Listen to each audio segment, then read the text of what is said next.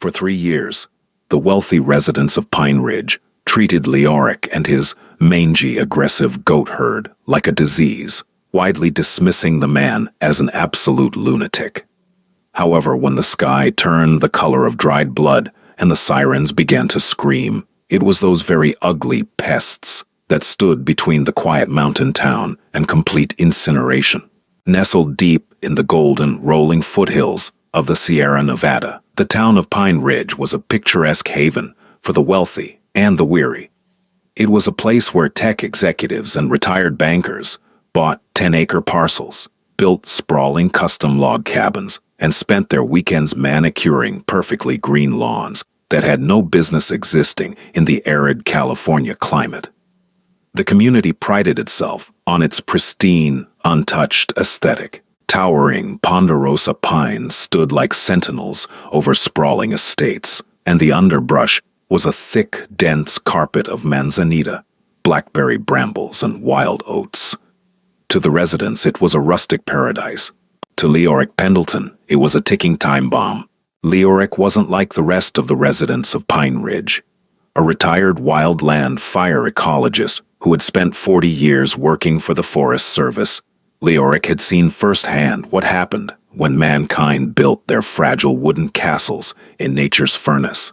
He was a widower, 72 years old, with skin like tanned leather and a pair of sharp, uncompromising blue eyes, when he bought a dilapidated 20-acre ranch on the southern slope of the town, the exact geographical bottleneck where the valley winds funneled up toward the estates. He didn't bring luxury vehicles or landscaping crews. He brought goats, and not just any goats. Leoric's herd was an absolute eyesore. They were a motley, aggressive crossbreed of Kiko, Spanish meat goats, and a hardy, feral strain he had specifically sourced from an island off the coast. They didn't look like the cute, floppy-eared dairy goats you'd see at a petting zoo. These animals were lean, muscular, and perpetually scruffy, with massive, spiraling horns and a temperament that bordered on hostile. They smelled pungent. They bleated loudly at all hours of the night. But most importantly, they possessed an ironclad digestive system that allowed them to devour absolutely everything in their path. While sheep graze on soft grasses, Leoric's goats were browsers. They stood on their hind legs to strip the low-hanging branches of pine trees.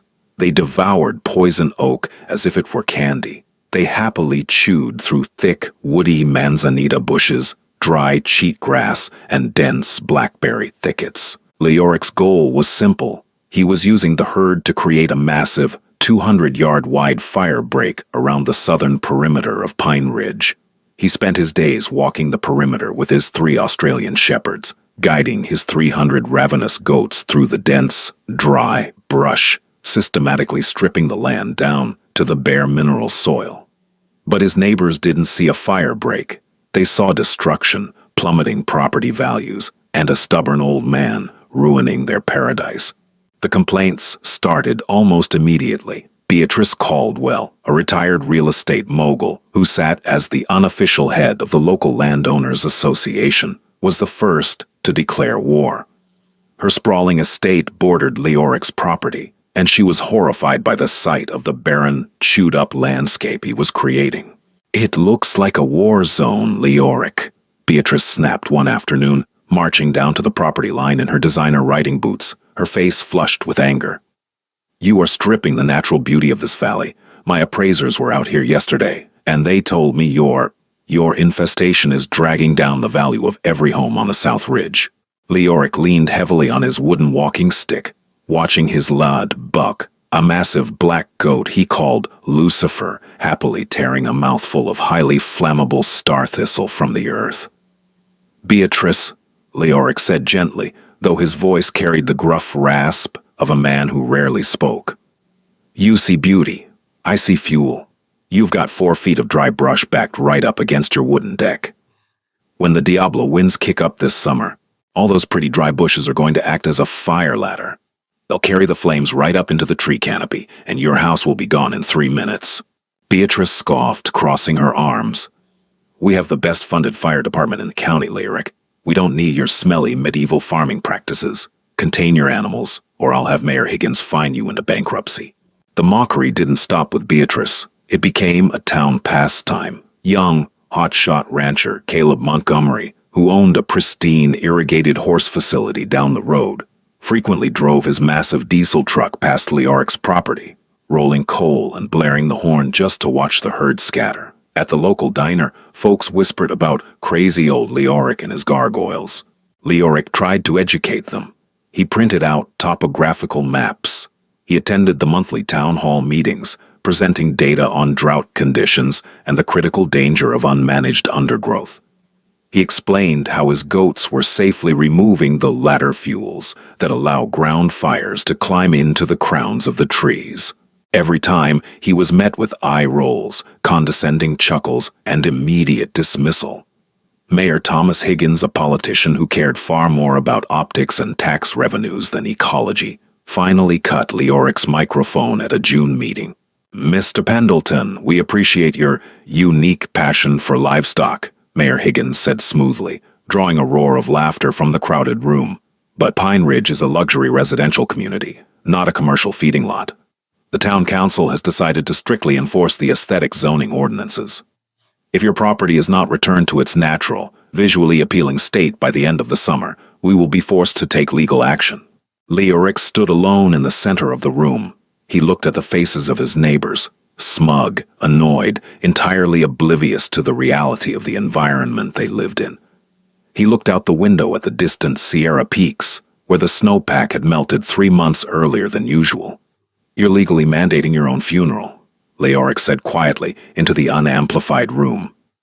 He turned and walked out. By late July, the situation in Pine Ridge had deteriorated from a simmering neighborhood dispute into an all-out suburban war. The summer was brutal.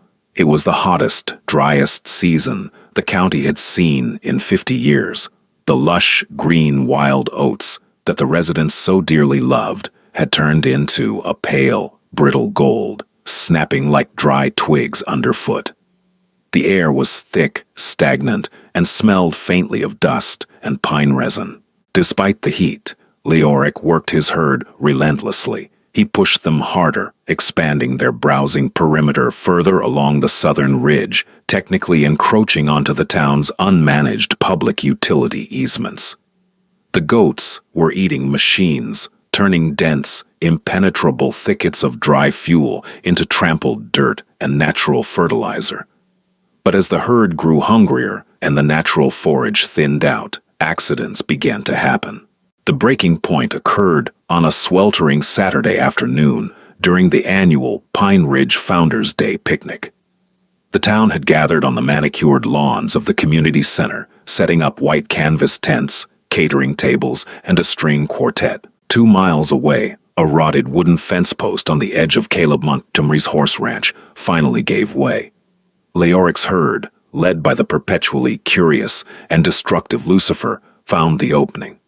They didn't just wander, they surged. 300 hungry goats poured through the breach, entirely bypassing Caleb's horses, and followed the scent of fresh greenery straight down the county road toward the town center. It was a disaster of comical, yet devastating proportions. Just as Mayor Higgins was standing at the podium to deliver his annual address, a wave of bleating, horned chaos descended upon the Founders' Day picnic. The Kiko crosses, unbothered by the screaming residents, immediately went to work. They climbed onto the hoods of parked Mercedes and Lexuses. To reach the low-hanging decorative maple trees, they trampled the catered buffet, devouring the artisanal salads and knocking over silver chafing dishes. Lucifer himself was spotted standing proudly atop Beatrice Caldwell's prized outdoor rose display, aggressively chewing down 3 years of careful horticulture in a matter of seconds. "Get them out of here!" Beatrice shrieked, swatting at a scruffy brown doe that was currently trying to eat the silk scarf right off her neck. "Call the sheriff! Shoot them! Do something!" By the time Sheriff Dale Lawson and Leoric arrived, breathless and frantic, the damage was done. The community center looked like it had been sacked by a tiny, furry army. Leoric, using his dogs and a series of sharp, echoing whistles, managed to corral the herd back onto the road. But the fury of the town was absolute. The emergency town hall meeting was convened the very next morning. The room was packed to the gills, the air conditioning struggling to keep up with the body heat and the palpable, seething rage of the residents. "This is no longer a nuisance, it is a localized terror campaign," Caleb Montgomery shouted, slamming his fist on the podium. "He deliberately let those animals loose. He's trying to punish us because we won't listen to his doomsday cult nonsense about the brush. My property has $15,000 worth of damage to the landscaping alone," Beatrice Caldwell hissed into the microphone, glaring daggers at Leoric, who sat quietly in the back row. "These animals are dangerous, they are unsanitary, and they are ruining our town. I demand an injunction."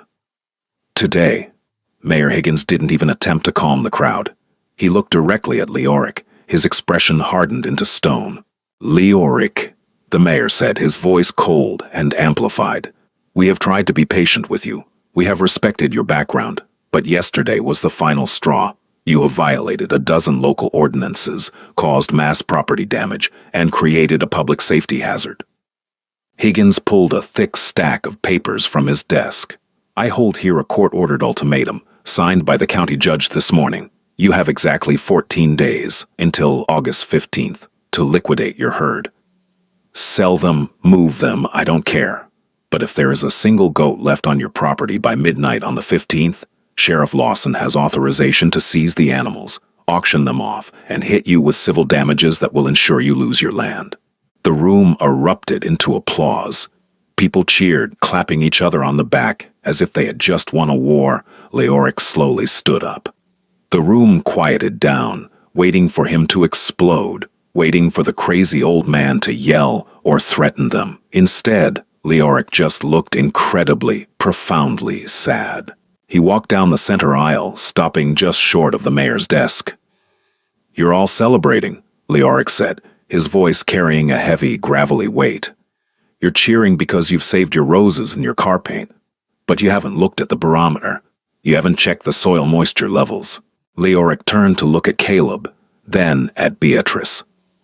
"The Diablo winds are shifting early this year. The humidity dropped to 8% this morning.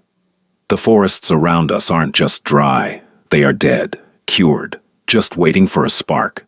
He pointed a weathered finger at the window, toward the south ridge.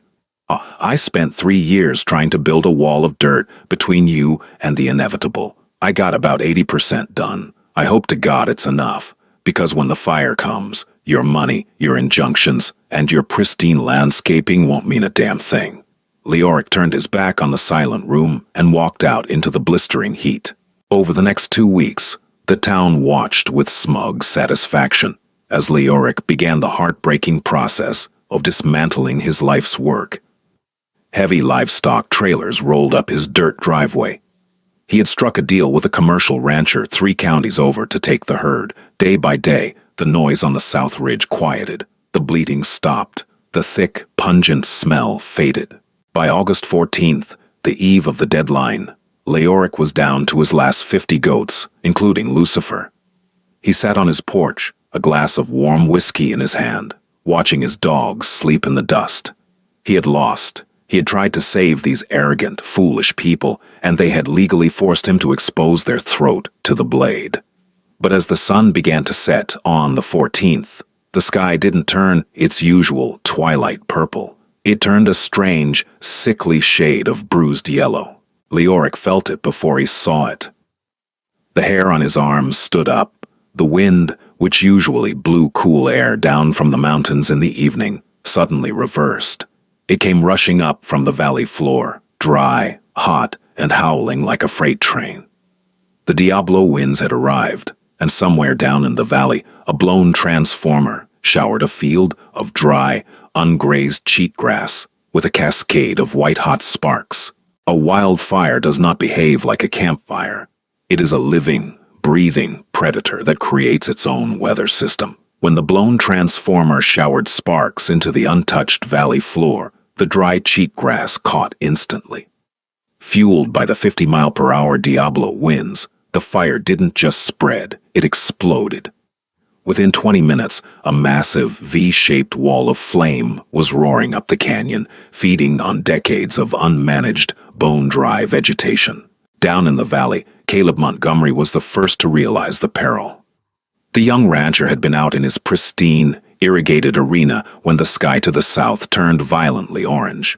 The heat hit his face like a physical blow, followed by a terrifying concussive roar that sounded like a fleet of jumbo jets taking off simultaneously. Caleb abandoned his truck and sprinted toward his barns. The fire was moving too fast. He didn't have time to load the trailers. He barely had time to throw open the stall doors, slapping his prized quarter horses on the rump and praying their instincts would guide them away from the smoke. As Caleb fled in his truck, watching in his rearview mirror as the roof of his beautiful six-figure cedar barn caught an ember shower and ignited like a matchstick, the emergency sirens in Pine Ridge finally began to wail. Panic descended upon the wealthy enclave. Sheriff Dale Lawson and his deputies drove frantically through the winding, manicured streets, their loudspeakers blaring over the roar of the approaching inferno. Mandatory evacuation. All residents proceed immediately to the Northridge Highway. Take only what you need. But nature, it seemed, was collecting on the debt Pine Ridge had accrued. The Northridge Highway was lined with the town's pride and joy, ancient, towering ponderosa pines with thick underbrush that the Landowners Association had strictly forbidden anyone from cutting. As the leading edge of the fire pushed up the valley, the extreme heat caused the sap inside those beautiful trees to boil. Embers the size of dinner plates rained down on the highway. Within minutes, 3 massive pines crashed across the only paved exit out of town, instantly creating an impassable, burning barricade. The town of Pine Ridge was trapped. 300 residents, including Mayor Thomas Higgins and Beatrice Caldwell, were forced to turn their luxury vehicles around and retreat to the highest point in town, the Pine Ridge Community Center, the exact spot where Leoric's goats had ruined their picnic just weeks prior. Inside the center, the atmosphere was one of absolute terror. Children cried, while adults stood shell-shocked by the floor-to-ceiling windows, watching the horizon turn black and crimson. Beatrice Caldwell clutched her diamond necklace, her face pale, trembling uncontrollably as she looked toward the southern slope. Her multi-million-dollar estate, with its sweeping wooden decks and beautiful, overgrown gardens, was directly in the path of the beast. "Where's the fire department?" Mayor Higgins yelled into his radio, his political composure completely shattered. "Lawson, get the trucks up here now." "They can't stop it, Mayor," the sheriff's voice crackled back, filled with static and panic. "It's a crown fire. It's up in the trees. They're pulling back to the center to protect the people. The South Ridge is a total loss." Down on the property line, standing entirely alone in the suffocating heat, Leoric Pendleton leaned on his wooden staff. His 3 Australian shepherds sat at his feet, whining softly but holding their ground. Behind him, safely enclosed in a large dirt-packed corral, Lucifer and the remaining 49 goats shifted nervously, their square pupils fixed on the approaching apocalypse.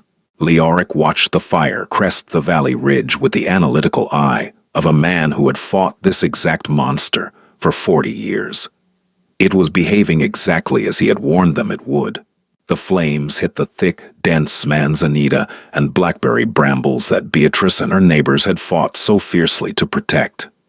These were the ladder fuels. The fire raced up the oily bushes, climbing higher and higher until it latched onto the low-hanging branches of the decorative maples and native pines.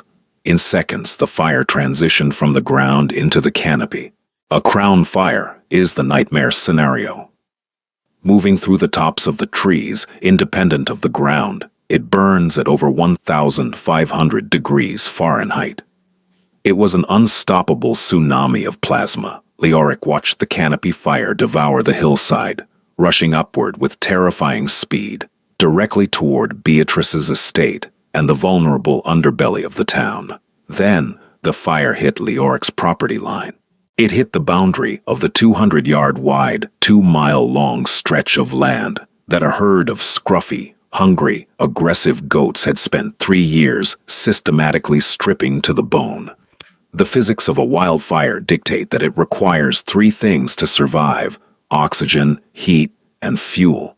Leoric couldn't control the wind, and he couldn't control the temperature, but he had stolen its food. As the crown fire hit the edge of Leoric's property, it reached for the next tree, looking for the ladder fuels to sustain its horrific momentum. But there were no bushes. There were no low-hanging branches. There was no dry cheatgrass. There was only trampled, mineral-rich dirt, bare tree trunks stripped of their bark up to 6 feet high, and goat droppings. Robbed of its vertical fuel ladders, the canopy fire suddenly lost its structural support. The flames in the treetops flickered, starved of the combustible gases normally provided by the burning underbrush below, and dramatically dropped out of the sky. The inferno crashed down to the earth, desperately seeking something to consume. But the goats had eaten everything. The fire hit the wide, barren dirt break and physically slammed into a wall of nothingness. The massive 50-foot flames choked, sputtering down to a crawl. The furious roar of the crown fire reduced to a heavy, frustrated hiss.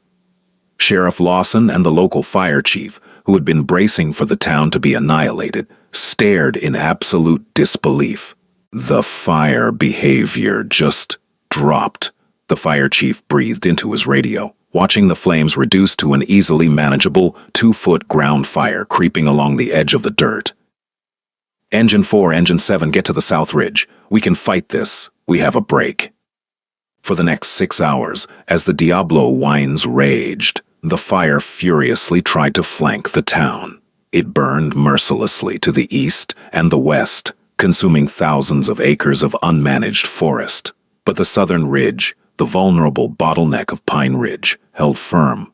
The firefighters, utilizing the massive, ugly dirt corridor Leoric's goats had chewed out, easily extinguished the spot fires that tried to cross the line. Behind the barren dirt strip, the wooden decks of Beatrice Caldwell's estate remained untouched. The community center stood safe. Pine Ridge was an island of survival in a sea of destruction, sheltered entirely by the appetite of an outcast herd. Morning broke over the Sierra Nevada not with sunshine, but with an eerie, bruised gray light filtering through a thick canopy of smoke. The Diablo winds had finally died down, leaving behind a silence so profound it made the ears ring. The residents of Pine Ridge slowly emerged from the community center, coughing into their sleeves, their eyes wide with shock. The landscape was unrecognizable. To the east and west, the rolling hills were reduced to a scorched, black moonscape. Plumes of white smoke rose from the ash where ancient trees used to stand. Down in the valley, Caleb Montgomery's ranch was a smoldering ruin, his beautiful barns reduced to a twisted heap of blackened tin roofing. But as the residents walked toward the southern edge of town, the devastation abruptly stopped.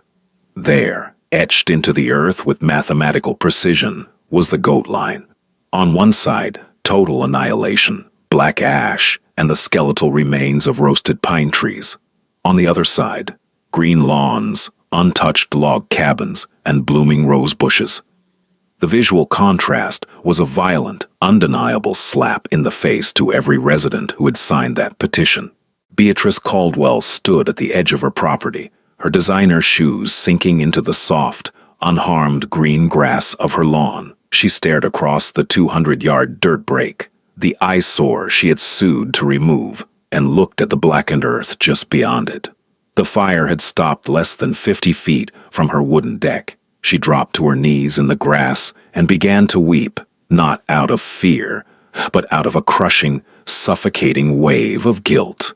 Down the hill, Leoric Pendleton sat on his porch, exactly as he had the night before. His face was covered in soot, his clothes smelled of sharp smoke, but he was calmly drinking a cup of black coffee. Lucifer, the massive black goat, was standing on a discarded patio chair, happily chewing on the corner of a cardboard box. The sound of footsteps on the gravel driveway made Leoric look up. A procession was walking up his driveway. It was Mayor Thomas Higgins, Sheriff Dale Lawson, Caleb Montgomery, and Beatrice Caldwell. They looked haggard, their faces streaked with soot and tears. There were no smug smiles. There were no threats of injunctions. They stopped at the base of Leoric's porch steps. For a long, heavy moment, nobody spoke. The only sound was the distant drone of a fire-retardant helicopter and the rhythmic chewing of the goats in the pen. Mayor Higgins stepped forward. His hands were shaking. He reached into his jacket pocket, pulled out the thick stack of legal papers, the court-ordered injunction to seize and sell the herd, and slowly, deliberately ripped it in half. He ripped it again and let the pieces flutter into the dirt. "Leoric," the mayor croaked, his voice raw from smoke and shame. I don't have the words." "We don't have the words." Caleb stepped forward, wiping a tear from his soot-stained cheek. "I lost everything down in the valley, Mr. Pendleton. My barns, my equipment. If you hadn't held this line, if you hadn't fought us every step of the way, this whole town would look like my ranch." Beatrice couldn't even speak. She simply walked up the wooden steps of the porch, tears streaming down her face, and threw her arms around the startled old ecologist. She hugged him tight, sobbing into his dirty flannel shirt. Leoric patted her awkwardly on the back, his stern blue eyes softening just a fraction. He gently pulled away and looked at the group assembled in his yard. "I tried to tell you," Leoric said quietly. "Nature doesn't care about your property values. She only cares about fuel." "We know," Mayor Higgins said, nodding vigorously. "We know that now, Leoric. The town council held an emergency vote this morning while the fire department was mopping up. We want to hire you." Leoric raised an eyebrow. "Hire me?" "Full-time," the mayor insisted, stepping closer. "Director of Wildland Management for the District of Pine Ridge. We want you to expand the break. We want you to clear the North Road. We want you to clear the eastern slopes. We will pay you whatever you want, Leoric. Just please tell me you can get the rest of the herd back." Leoric looked over at Lucifer, who had abandoned the cardboard box and was now eyeing the sheriff's radio antenna with intent. Leoric allowed a small, knowing smirk to touch the corner of his lips.